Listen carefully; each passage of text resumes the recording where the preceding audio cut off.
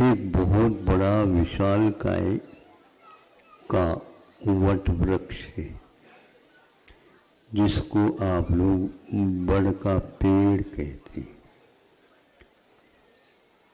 इसमें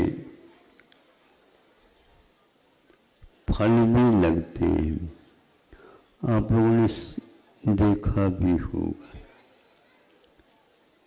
वो फल बहुत लाल लाल हो जाते हैं, किंतु जैनाचार्य ने पहले से कहा उस लाल से प्रभावित नहीं होना, क्योंकि उसको यदि खाने की अपेक्षा रखेंगे, उसको फोड़ेंगे तो अनगिनत जीव जंतु उसमें से उड़ जाएंगे।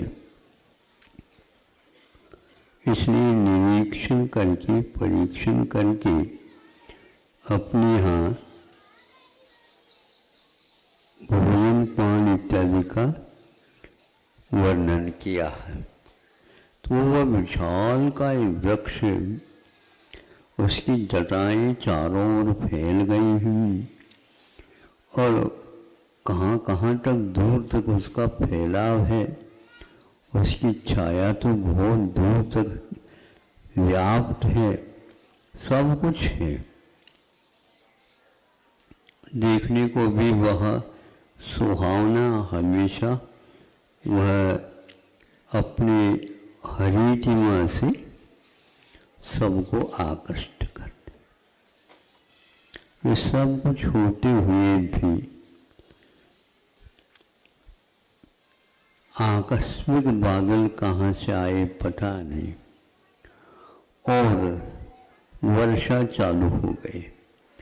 आसपास काम करने वाले व्यक्ति भी सोचते हैं कि ये बड़ की शरण ले लें, अन्यथा शरणम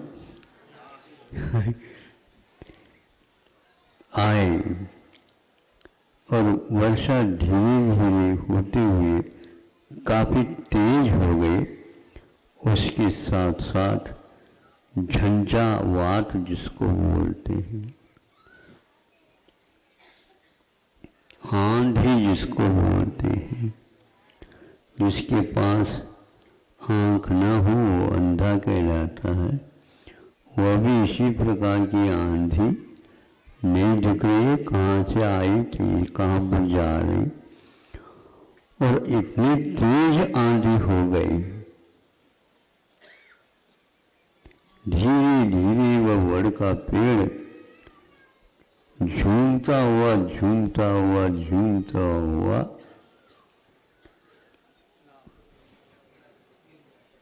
गिर जाता, ऐसा गिर जाता सिर के बल पर, और अपने पैरों को ऊपर करके गिर गया। उसमें जो व्यक्ति थे, भैया हमारा अब बचाव कैसा हो, बच गए वो लोग, फिर भी डर तो उनको था। किसी भी प्रकार से मार्ग निकाल करके उन्हीं से जो टूट फूट गए थे वो सारे बाहर आए। भगवान इष्ट का नाम लिया, हे भगवान, इतने बड़े विशाल का एक वट का पेड़ भी हमारे सामने देखते देखते ही गिर पड़े। हम लोगों की पौधा भी नहीं है, हमारी क्या गति होगी। सोच रहे हो आप, मैं बड़ा हूं, आप बड़ के पेड़ से भी बड़े हैं क्या? किंतु दूसरी ओर दृष्टि गई उन राहगीरों का,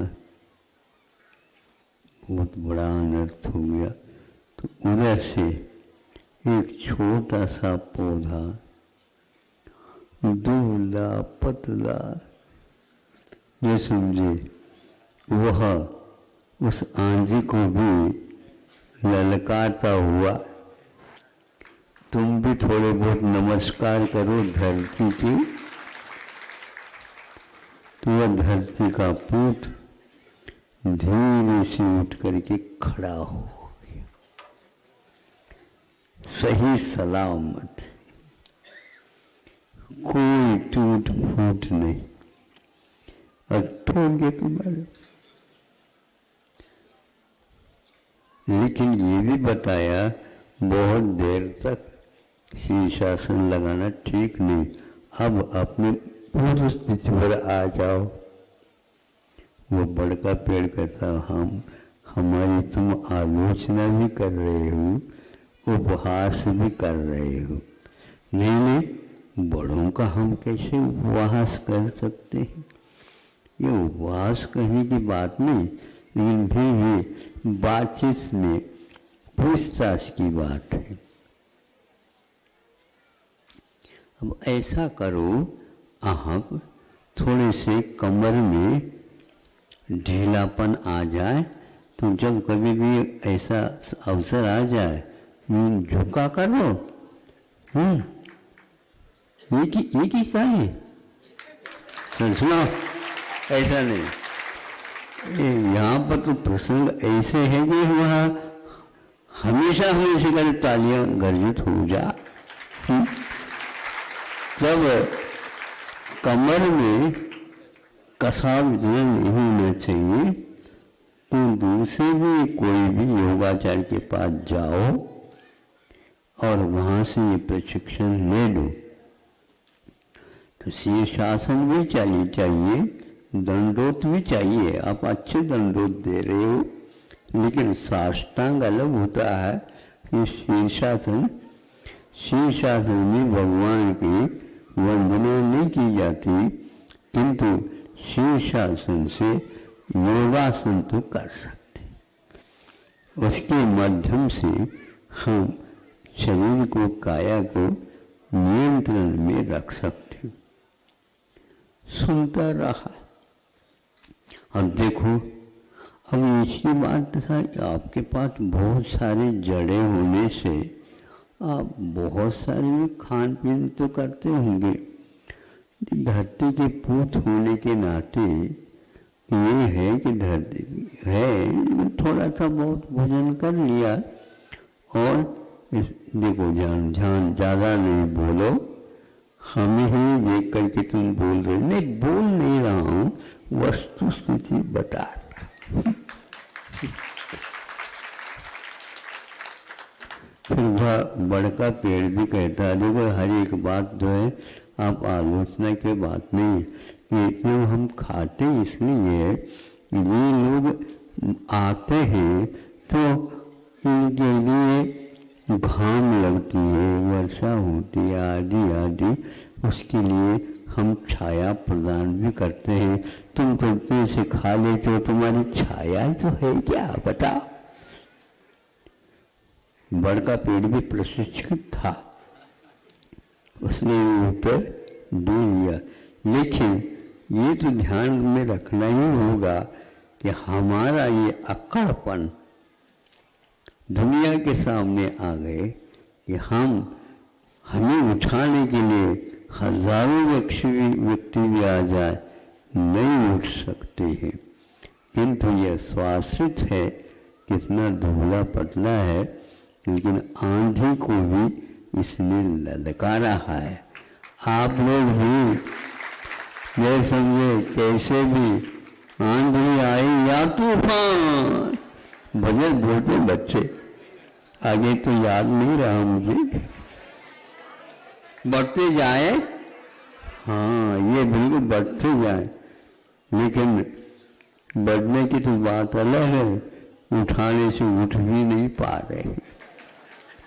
बातें करने वाले बच्चे अलार्म की चाबी तो भर देते हैं, लेकिन वो अलार्म बोलने लग जाता है उस समय।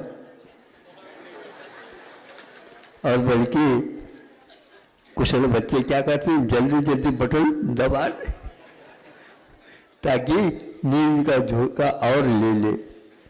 ऐसे में आप लोग हो, उठो उठो तो है। अरे फिर पिस्टल बांधो, अपने पिस्टल बनना तो है ही, उठने की हिम्मत नहीं तो क्या कर सकते।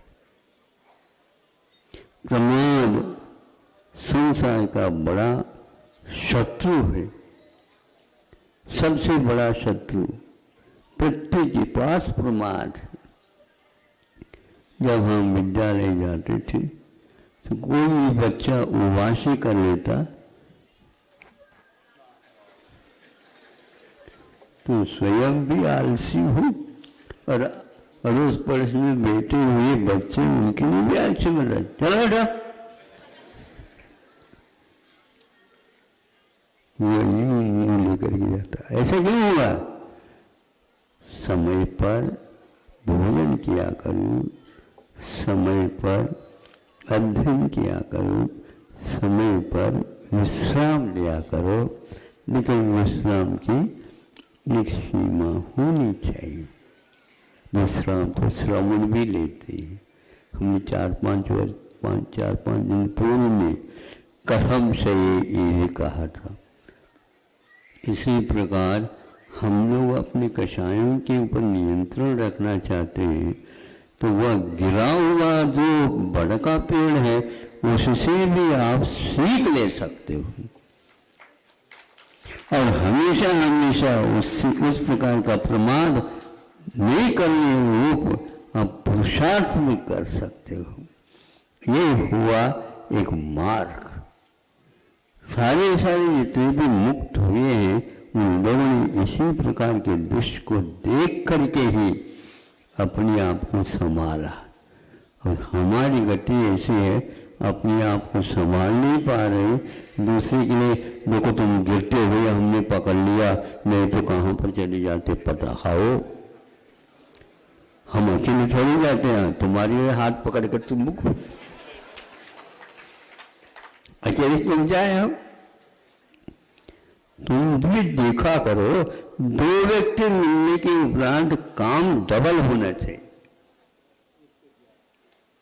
एक दूसरे की टांग लड़ा दोगे तो फिर पक्का है। कुश्ती खेलने वाले टांग तो अड़ाते हैं लेकिन स्वयं बच जाते, तो दूसरे को वह हरा सकता है। उसी प्रकार प्रमाद से भी हार गए। उस प्रमाद से जो है मोक्ष मार्ग में हमेशा हमेशा हार ही हाथ लग जाती। और जिसे भी व्यक्ति अप्रमत्त होकर के काम करते हैं उनका काम बहुत आगे आगे बढ़ता चला जाता। योजनाबद्ध कार्यक्रम बनाना अलग वस्तु, किंतु योजना पुरुषार्थ करते हुए आगे बढ़ना अलग वस्तु। आगे बढ़ते चले यहाँ, लेकिन आप यदि बैठ रहे हैं तो लोग कहेंगे ये भजन काई के लिए है। ये गीत कहाँ से? यहाँ पर अप्रासंगिक है। प्रमादियों की सभा में कभी भी ज्ञान की या अप्रमत्त अवस्था की बात शोभा नहीं है। किसको सुना रहे हो? तो इसलिए हमारे यहाँ सुनाने का कार्यक्रम कम है, बल्कि यूँ कहना चाहिए श्रमणों के लिए कुछ समय के लिए उपदेश के लिए कहा है। बाकी जितने भी हैं उनके लिए स्वयं का सत्कर्म करो, और इसके साथ साथ दूसरे भी करना चाहता है तो उसको प्रेरित करो, कुछ बातें उसको सिखा सकते हो। लेकिन अपनी बात को सीखे बिना उनको सिखाना चाहते हो तो कोई भी व्यक्ति सुनने के लिए तैयार नहीं होगा। तो वे उस बड़ के पेड़ को आज बेत के पेड़ ने अच्छा उद्बोधन दिया, लेकिन उस उद्बोधन को स्वयं ने अपने जीवन में स्थान देते हुए यह हमने बहुत दिन पहले पढ़ी थी, आप लोगों को देख करके याद आ गया। अहिंसा परमो धर्म।